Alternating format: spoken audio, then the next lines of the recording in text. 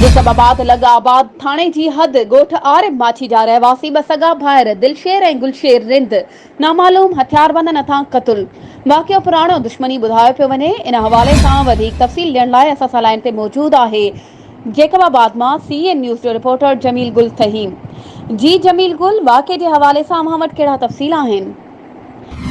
जी बिल्कुल, मां तव्हांखे ॿुधायां जेकाबाद जे भरिसां जेको आहे त फायरिंग कई वई आहे। ॿ सका भाइर जेके आहिनि उन्हनि खे क़तल कयो वियो आहे, जंहिंमें जेके जवाबदार आहिनि उन्हनि जेको आहे फायरिंग करे सका ॿिनि भाइरनि खे जेको आहे त क़तल करण खां पोइ जेके जवाबदार आहिनि उहे जेके आहिनि त आसानी सां जेके आहिनि त फ़रार थिया आहिनि। जंहिंमें ॻोठ आहे अरबाब माछी जा ॿ रहवासी सका भाइर, जंहिंमें दिलशेर गुलशेर रिंद खे नामालूम जेके हथियारबंद माण्हू आहिनि उन्हनि जेको आहे त फायरिंग करे जेको आहे उन्हनि खे मोटरसाइकिल तां लाहे क़तल कयो वियो आहे। जंहिंमें जेके जवाबदार आहिनि उहे जेके आहिनि त ज़मीन जो जेको आहे उन्हनि वझ वठी करे जेको आहे फायरिंग कंदा जेके आहिनि उहे हिन वक़्तु जेके आहिनि उहे फ़रार थिया आहिनि। वधीक तव्हांखे ॿुधायां त जॾहिं हिन बाबति हद जी पुलिस सां राब्तो कयो वियो त उन मूंखे ॿुधायो आहे त जेको वाक़ियो पेश थियो आहे त इहो पुराणी दुश्मनी तां ॿुधायो पियो वञे, जंहिंमें जेको आहे त हद जी पुलिस जेका आहे त हिन वक़्तु ताईं ना जवाबदार गिरफ़्तार करे सघी आहे, ना ई जेको आहे त केस वग़ैरह दाख़िल करे सघी आहे। जी महिरबानी जमील गुल, तफ़सीलनि खां आगाह करण जे लाइ।